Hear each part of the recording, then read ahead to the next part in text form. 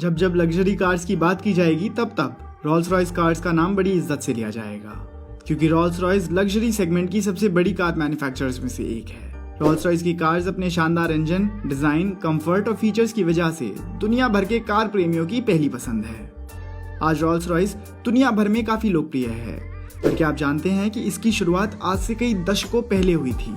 Rolls Royce को बनाने में 2 लोगों का अहम योगदान रहा, और आज की इस वीडियो में हम रोल्स रॉयस की शुरुआत से लेकर अब तक की जर्नी के बारे में जानने की कोशिश करेंगे कि कैसे इस कंपनी को बनाया गया और किस तरह से ये इतनी ज्यादा फेमस हुई। रोल्स रॉयस को बनाने का क्रेडिट 2 लोगों को दिया जाता है। इन 2 लोगों का नाम है हेनरी रॉयस और चार्ल्स रॉल्स। इन दोनों की सरनेम से ही रोल्स रॉयस नाम बना है। रोल्स रॉयस के बारे में जानने से पहले हमको इन दोनों लोगों के बारे में जान लेना चाहिए। सर फ्रेडरिक हेनरी रॉयस का जन्म एल्विलटन, हंटिंगडनशायर में 27 मार्च 1863 को हुआ था। वो पेशे से एक इंजीनियर और कार डिजाइनर थे। काफी कम उम्र में ही उन्होंने अपने पिताजी को खो दिया था, जिसके बाद इनको काफी आर्थिक तंगी देखनी पड़ी। पर उस बुरे दौर से भी इनका जज्बा बिल्कुल कम नहीं हुआ। इन्होंने कुछ समय तक मेहनत से काम करने के बाद काफी पैसे सेव कर लिए थे, जिसके बाद इन्होंने 1884 में अर्नेस्ट क्लैरामॉन्ट के साथ इलेक्ट्रिक फिटिंग्स का काम शुरू करा। इस काम को करते हुए उनको काफी सफलता मिली। अगले 1 दशक में वो डायनामोज और इलेक्ट्रिक क्रेन्स बनाने के बिजनेस में भी उतर गए और वहां भी सफल रहे। ये वो दौर था जब कार्स के बिजनेस की शुरुआत हो रही थी, और यहीं से इनके दिमाग में भी कार बनाने के बिजनेस में उतरने का आइडिया आया। उनको कार बनाने का आइडिया इतना ज्यादा अच्छा लगा कि वो 1894 से ही इसमें काम करने लगे, और लगभग 10 सालों तक इसी कॉन्सेप्ट पर काम करने के बाद 1904 में अपनी एक मोटर कार कंपनी बनाई। कार्स के बिजनेस में होने की वजह से ही उनकी मुलाकात मिस्टर रॉल्स से भी हुई। चार्ल्स रॉल्स रोल्स रॉयस का दूसरा हिस्सा थे। इनका पूरा नाम चार्ल्स स्टुअर्ट रॉल्स था। इनका जन्म बर्कली स्क्वायर, लंदन में 27 अगस्त 1877 को हुआ था। वो मोटर कार प्रमोटर और एविएटर थे। चार्ल्स को काफी कम उम्र से ही इंजन्स में काफी इंटरेस्ट था, इसीलिए उन्होंने बड़े होकर मैकेनिकल और अप्लाइड साइंसेस की पढ़ाई करी। अच्छे इंजीनियर के अलावा इनमें एक मंजे हुए बिजनेसमैन के भी सारे गुण थे। जनवरी 1903 में इन्होंने ब्रिटेन की पहली कार डीलरशिप कंपनी ओपन करी, जिसमें उनके पिता ही इन्वेस्टर थे। इसके अगले साल ही उनके जीवन का टर्निंग पॉइंट आने वाला था। 4 मई 1904 को चार्ल्स रॉल्स और हेनरी रॉयस पहली बार मिडलैंड होटल मैनचेस्टर में मिस्टर एडमंड्स के जरिए मिले। दोनों का कार्स के प्रति लगाव दोनों को साथ लाने के लिए काफी था, और यहीं से उन्होंने अपने नए बिजनेस आइडिया को डिस्कस करना शुरू करा। 23 दिसंबर 1904 को दोनों ने एक एग्रीमेंट साइन करा और रोल्स रॉयस नाम से अपनी एक नई कंपनी की शुरुआत करी। उसी के कुछ वक्त बाद रोल्स रॉयस की पहली car Rolls Royce 10 HP launch की गई, और यहाँ से शुरुआत हुई रोल्स रॉयस की। 2 साल बाद मार्च 1906 में रोल्स रॉयस लिमिटेड की स्थापना करी गई, जिसमें रॉयस चीफ इंजीनियर थे। वहीं रोल्स का काम बिजनेस के फाइनेंशियल सेक्शन को मैनेज करने का था। यहाँ से रोल्स रॉयस का सफर सही मायनों में शुरू हुआ। इसी साल रोल्स रॉयस ने अपनी 6 सिलेंडर सिल्वर घोस्ट लॉन्च की, जो लॉन्च के बाद ही खूब पॉपुलर हुई। इसे उस वक्त best car in the world तक कहा जाने लगा था।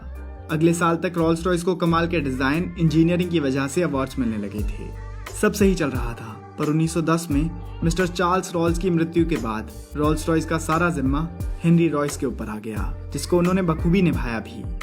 कंपनी का शुरू से फोकस रहा कि वो गाड़ी की ज्यादा से ज्यादा डिटेल्स पर काम करें। इससे हुआ ये कि गाड़ियों पर बहुत ज्यादा काम होने की वजह से इन गाड़ियों की कीमत बढ़ने लगी। इस वजह से सिर्फ समाज के अमीर लोग या फिर जो किसी अथॉरिटी पर काम कर रहे थे, वही रोल्स रॉयस लेना अफोर्ड कर सकते थे। इन्हीं रोल्स रॉयस ओनर्स की अपनी गाड़ियों से उम्मीदें भी बढ़ने लगी, और वो अपनी गाड़ियों को एक स्टेटस सिंबल की तरह देखने लगे। और यहीं से कुछ ओनर्स ने अपनी रोल्स रॉयस के हुड पर कस्टम ऑर्नामेंट्स लगवाने शुरू कर दिए, और कई ने खुद रोल्स रॉयस कंपनी से उनके लिए ऑर्नामेंट्स बनवाने की रिक्वेस्ट करी। इसी के बाद शुरुआत हुई स्पिरिट ऑफ एक्सटेसी की। स्पिरिट ऑफ एक्सटेसी वो ऑर्नामेंट है जो हर रोल्स रॉयस के हुड पर नजर आता है, और आज ये रोल्स रॉयस और रॉयल्टी का एक सिंबल बन चुका है। 1910 में पहली बार इसको किसी रोल्स रॉयस पर लगाया गया था, जिसके बाद एक ऑप्शनल एड ऑन फीचर था। लेकिन 1920 में स्पिरिट ऑफ एक्सटेसी को हर रोल्स रॉयस पर लगाने का नियम बना। 1914 में पहले विश्व युद्ध में रॉयस ने एरो इंजन डिजाइन करने भी शुरू कर दिए थे। इनका पहला एरो इंजन ईगल था। इसी इंजन की मदद से पहली फ्लाइट इंग्लैंड से ऑस्ट्रेलिया तक उड़ी थी। आगे चलकर उन्होंने आर इंजन बनाया, जिसने स्पीड के नए रिकॉर्ड्स बनाए, और 1929 में श्नाइडर अवार्ड भी जीता। सब सही चल रहा था।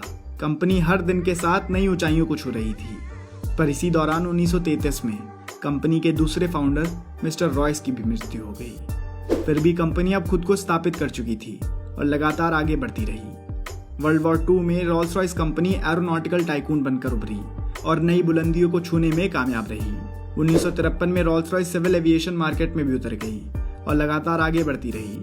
अगले कुछ सालों में रॉल्स रॉयस ने कई छोटी छोटी कंपनीज को खरीद लिया। 1987 आते आते रॉल्स रॉयस ब्रिटेन की एकमात्र कंपनी बन गई जो एयर, लैंड और सी तीनों के लिए पावर इंजन्स बना रही थी। 90 के दशक के अंत में BMW ने रॉल्स रॉयस कार्स को पूरी तरह से खरीद लिया और मैनेज करना शुरू कर दिया, और फिर यहाँ से रॉल्स रॉयस और भी ज्यादा लोकप्रिय होने लगी। इसी के बाद 21वीं सदी में रॉल्स रॉयस के सबसे चर्चित मॉडल्स लॉन्च हुए, जिनमें रॉल्स रॉयस घोस्ट, फैंटम और डॉन शामिल हैं। अभी Rolls Royce motor cars BMW की सब्सिडरी है, जिसका हेडक्वार्टर्स गुडवुड वेस्ट सेसेक्स में है। इसमें काम करने वालों की संख्या 1300 के आसपास है, जो हर साल अपना खुद का सेल्स का रिकॉर्ड तोड़ते जा रहे हैं। तो दोस्तों, ये थी कहानी रॉल्स रॉयस की, जिसकी कार्स इंडिया के बाहर तो लोकप्रिय हैं ही, पर इंडिया में भी काफी लोकप्रिय हैं। उम्मीद करते हैं कि आपको रॉल्स रॉयस की ये कहानी जरूर पसंद आई होगी। अगर आपको वीडियो पसंद आई हो तो आप इस वीडियो को लाइक कर हमारा मनोबल बढ़ा सकते हैं। और अगर आप ऐसी वीडियो पहली बार देख रहे हैं और ऐसी और वीडियोस देखना चाहते हैं तो दोस्तों इस चैनल को सब्सक्राइब कर लीजिए, क्योंकि मैं आपके लिए ऐसी वीडियोस लाता रहूँगा। धन्यवाद।